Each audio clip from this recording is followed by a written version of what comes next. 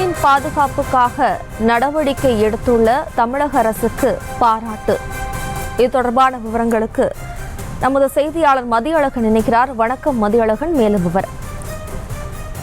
தமிழகத்தில் உள்ள பிரதான பேருந்து மற்றும் ரயில் நிலையங்களில் பெண்களுக்கான காவல் நிலையத்துடன் கூடிய பாதுகாப்பு மண்டலத்தை உருவாக்க வேண்டும் எனவும், பணி கல்வி நிமித்தமாக நள்ளிரவு நேரங்களில் பேருந்து ரயில் நிலையம் வரும் பெண்களுக்கு தங்குவதற்கு பாதுகாப்புடன் கூடிய விடுதிகளை அமைக்க உத்தரவிட வேண்டும் என பெண் வழக்கறிஞர்கள் கனிமொழிமதி, காந்திமதி, ரமாமணி, வாசுகி உள்ளிட்ட வழக்கறிஞர்கள் கூட்டாக சென்னை உயர்நீதிமன்றத்தில் பொதுநல வழக்கை தொடர்ந்திருந்தனர்.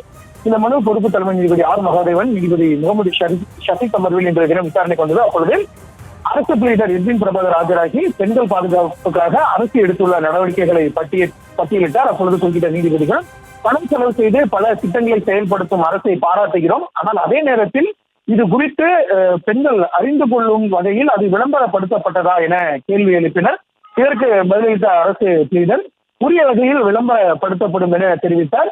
அப்பொழுது மனுதாரர் சார்பில் ஆஜரான வழக்கறிஞர், இந்த திட்டம் எவ்வாறு செயல்படுத்தப்பட்டு இருக்கிறது என்பது தொடர்பாக நாங்கள் ஆய்வு செய்ய விரும்புவதாக தெரிவித்தார். இதனை தொடர்ந்து மனுதாரர் தரப்புக்கு ஆய்வு செய்ய அனுமதி அளித்த நீதிபதிகள் வழக்கினுடைய விசாரணையை 2 வாரத்திற்கு ஒத்திவைத்து உத்தரவிட்டனர்.